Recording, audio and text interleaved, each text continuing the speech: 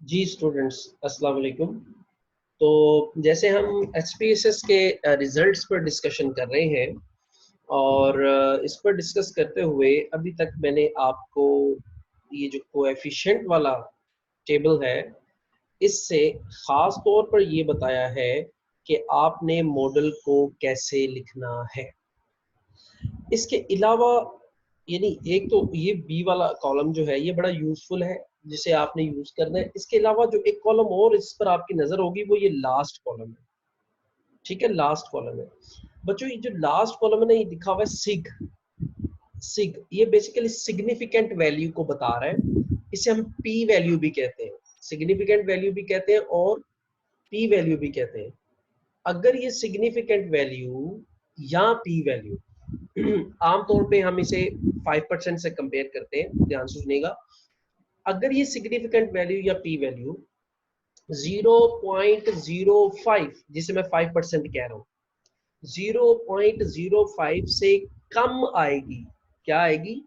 कम आएगी 0.05 से। जैसे ये आपने ना आमतौर पे जो वेरिएबल्स होते हैं ना, इंडिपेंडेंट वेरिएबल्स, उनके लिए देखना होता है इसको। अगर इंडिपेंडेंट वेरिएबल के लिए 0.05 से कम आएगी तो इसका मतलब ये है कि ये वेरिएबल इस मॉडल में सिग्निफिकेंटली रोल प्ले कर रहा है, यानी ये एक इंपॉर्टेंट वेरिएबल है, यानी इसे मॉडल में होना चाहिए। और अगर ये वैल्यू 0.05 से बड़ी आती तो इसका मतलब है कि ये वेरिएबल इनसिग्निफिकेंट है, इसका मॉडल में इतना खास कोई रोल नहीं है, आपको इसे मॉडल में नहीं रखना चाहिए। अब होगी दो बातें इस टेबल से कोएफिशिएंट वाले। पहली बात कि मॉडल कैसे लिखना है, वो यहां से लिखना है। दूसरी बात, अगर आपसे पूछा जाए कि वेरिएबल्स की सिग्निफिकेंस कहां से देखनी है, तो आपने कहना जी आखिरी कॉलम से। कोई भी वेरिएबल अगर उसकी सिग्निफिकेंट वैल्यू आपने बतानी है जी, कहना जी 0.05 से कम है तो इसका मतलब सिग्निफिकेंट है। सिग्निफिकेंट का मतलब है इंपॉर्टेंट है, इसे मॉडल में होना चाहिए। और अगर 0.05 से ज्यादा है वैल्यू तो उसे मॉडल में नहीं होना चाहिए, वो इनसिग्निफिकेंट वेरिएबल है। कोएफिशिएंट वाले टेबल से हमने बस ये चीजें ही एक्सप्लेन करनी है। ओके, अब हम चलते हैं फर्स्ट टेबल पे, पहले टेबल। स्टूडेंट्स जो पहला टेबल तो खैर वेरिएबल एक्सप्लेन, पहले टेबल से मुराद मेरी एक्चुअली ये दूसरा टेबल था मॉडल समरी का। मॉडल समरी के टेबल पे अब हम आने लगे। तो मैं वर्ड की फाइल पर इसे कॉपी पेस्ट कर रहा हूँ, यहाँ से कॉपी कर लिया मैंने इसे, और मैं इसे वर्ड की फाइल पे कॉपी करके पेस्ट कर रहा हूँ और फिर मैं वहां पर इसको आपको थोड़ा सा एक्सप्लेन करता हूँ और वही स्क्रीन आपसे शेयर करता हूँ। जी, तो वर्ड की फाइल में ये मैंने इसको पहले टेबल को पेस्ट कर, ये मैं दूसरा भी इनोवा वाला भी पेस्ट कर लिया यहाँ पर, लेकिन हमने पहले बात करनी है इस पर, मॉडल समरी वाले टेबल। माय डियर स्टूडेंट्स, मैंने आपको कोरिलेशन कोएफिशिएंट पढ़ाया हुआ है। कोरिलेशन कोएफिशिएंट आई थिंक आपने लास्ट सेमेस्टर में भी उसे पढ़ा हुआ है, कोरिलेशन कोएफिशिएंट को। आई डोंट रिमेम्बर कि हमारी उस पर कितनी डिटेल डिस्कशन हुई है। बहरहाल आर से आप उसे रिप्रेजेंट करते थे, आर से। ये जो पहली वैल्यू है ये वही कोरिलेशन कोएफिशिएंट है। आर जो है ये वही कोरिलेशन कोएफिशिएंट है जो आप मैनुअली निकालते रहे। थोड़ी सी इस पर मैं आपको डिस्कशन बता देता हूँ। अगर ये आर पॉजिटिव हो, ठीक है, इस आर का आंसर जो है ना, R will always lie between -1 to +1। ये -1 से +1 तक होता है हमेशा। अगर आर पॉजिटिव हो, if R is positive, then there is positive correlation between the dependent and independent variable। between the two variables होते हैं ना, between the two variables actually कहना चाहिए, डिपेंडेंट डिपेंडेंट इसमें नहीं होता, between the two variables। यानी आर अगर पॉजिटिव है तो उनके दरमियान आप कहोगे पॉजिटिव कोरिलेशन है, और आर अगर नेगेटिव है तो आप कहोगे उनके दरमियान नेगेटिव कोरिलेशन है। बच्चों ध्यान से सुनना, पॉजिटिव कोरिलेशन का मतलब ये होता है कि अगर एक वेरिएबल इंक्रीज कर रहा है तो दूसरा भी इंक्रीज कर रहा है, और अगर एक वेरिएबल डिक्रीज कर रहा है तो दूसरा भी डिक्रीज। जैसे सपोज स्टडी टाइम इंक्रीज कर रहा है तो सीजीपीए भी इंक्रीज कर रहा है, स्टडी टाइम कम हो रहा है तो सीजीपीए भी कम हो रहा है। दोनों की मूवमेंट की डायरेक्शन सेम है, एक ज्यादा दूसरा भी ज्यादा, एक कम तो दूसरा भी कम। इसको कहते हैं पॉजिटिव कोरिलेशन। जैसे भी हमने मॉडल फिट किया, अगर एज बढ़ रही है तो इनकम भी बढ़ रही है, अगर एज कम हो रही है तो इनकम भी कम हो रही है। If this is the case then there is positive correlation. और अगर आर नेगेटिव आता है तो इसका मतलब है कि यहाँ नेगेटिव कोरिलेशन है। और नेगेटिव कोरिलेशन का क्या मतलब है कि एक वेरिएबल इंक्रीज करेगा तो दूसरा डिक्रीज करेगा। Movement of the variables will be opposite, दोनों ऑपोजिट डायरेक्शन में मूव करेंगे। एक्सरसाइज टाइम इंक्रीज करने से वेट डिक्रीज हो रहा है, एक वेरिएबल इंक्रीज होता है तो दूसरा डिक्रीज होता है। अगर ये केस है तो नेगेटिव कोरिलेशन। मेडिकल साइंसेज में एडवांसमेंट की वजह से डेथ रेट में कमी आती है, ऑपोजिट डायरेक्शन। अगर दोनों वेरिएबल्स ऑपोजिट डायरेक्शन में मूव कर रहे हो तो वहां पर नेगेटिव कोरिलेशन। ठीक है, इसके बाद फिर हम आर से ये भी अंदाजा लगाते हैं कि ये स्ट्रॉन्ग है या नहीं है। यानी अगर आर का आंसर, if R is close to 1 then there is strong positive correlation। अगर ये 1 के करीब होगा आंसर तो क्या होगा, स्ट्रॉन्ग पॉजिटिव कोरिलेशन है। और अगर 0 के करीब होगा तो weak positive correlation. If R is close to 0, close to 0 आप कह लो, आई मस्ट से 0.4 से बिलो ही कह लो, 0.4 से बिलो कह लो, then there is weak positive correlation। ठीक है, और स्ट्रॉन्ग को आप आर को कह लो 0.8 से अबव, 0.8 से अबव कह लो, 1 के करीब। ठीक है, अबव 0.8। ठीक है, ये मैं एक मतलब एक जो एक्सपीरियंस बेस्ड आपको बता रहा हूं, राइट।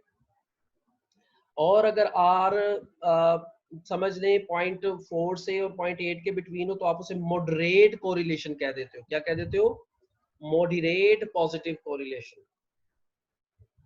ये मैंने आपको बताए हैं जब आंसर आर का पॉजिटिव, बिल्कुल इस तरह ले लो। अगर नेगेटिव हो यानी नेगेटिव -0.4 हो तो आप कहोगे week negative correlation.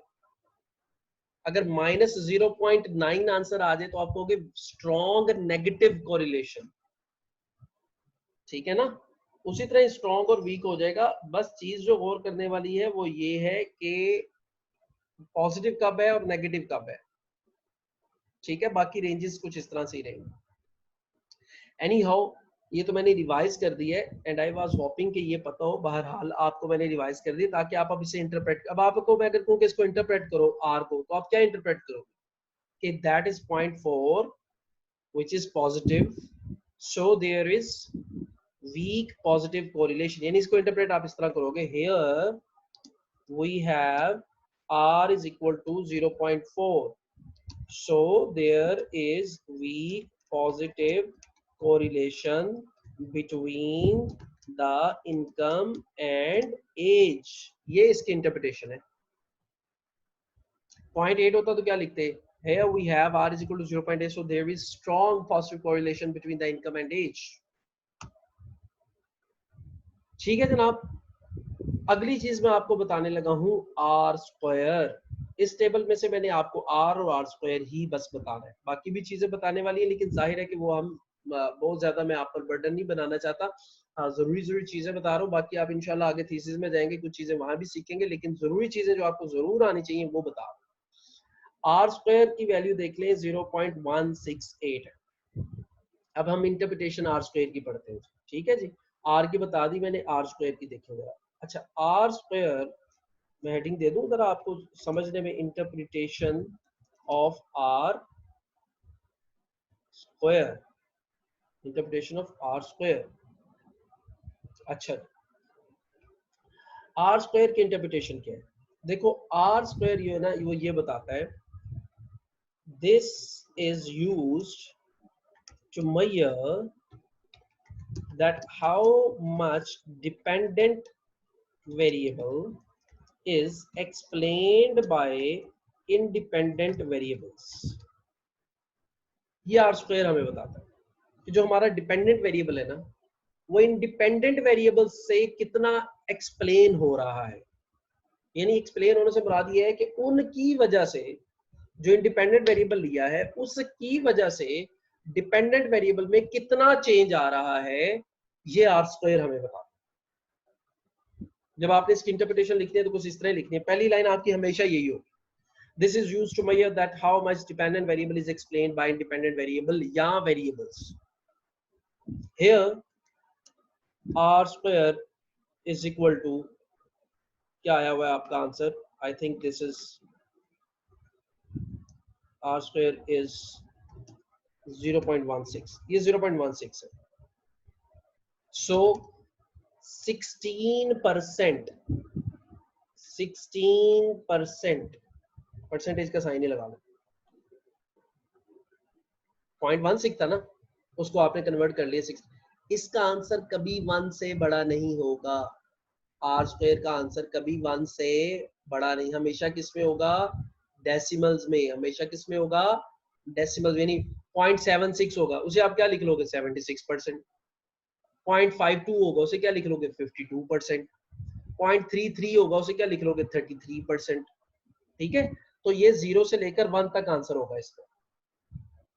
R square is 0.16, so 16% variation in dependent variable, यानी यहाँ पर वो क्या है? in income, इनकम है ना आपका, वो लिखोगे in income is explained by the age of the person। यानी जो इनकम में चेंज आ रहा है ना, जो इनकम में, अब इसका आप जरा मतलब समझो रियल लाइफ में क्या मतलब बन रहा है। इनकम में जो चेंज आ रहा है, उस चेंज की बहुत सी वजूहात हो सकती हैं। भाई देखो ना, इनकम आपका एजुकेशन से भी बदलता है, इनकम आपका बदलता है आपकी एक्सपीरियंस से भी, ठीक है ना, बदलता है ना इन सारी चीजों से, और आपकी एज के साथ भी आपकी इनकम बदल सकती है।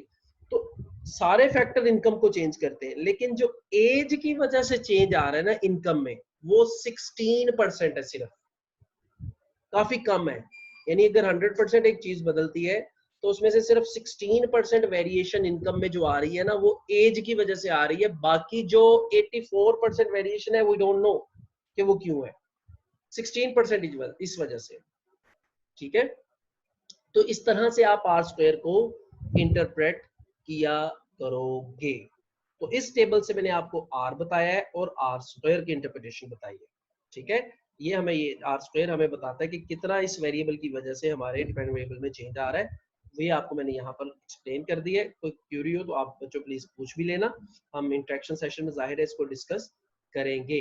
अभी मैं इसको यहाँ ही क्लोज कर रहा हूँ, इस पार्ट को भी, और फिर हम इसके बाद अगला जो इनोवा टेबल है ना, उसको डिस्कस कर लेते हैं। Thank you.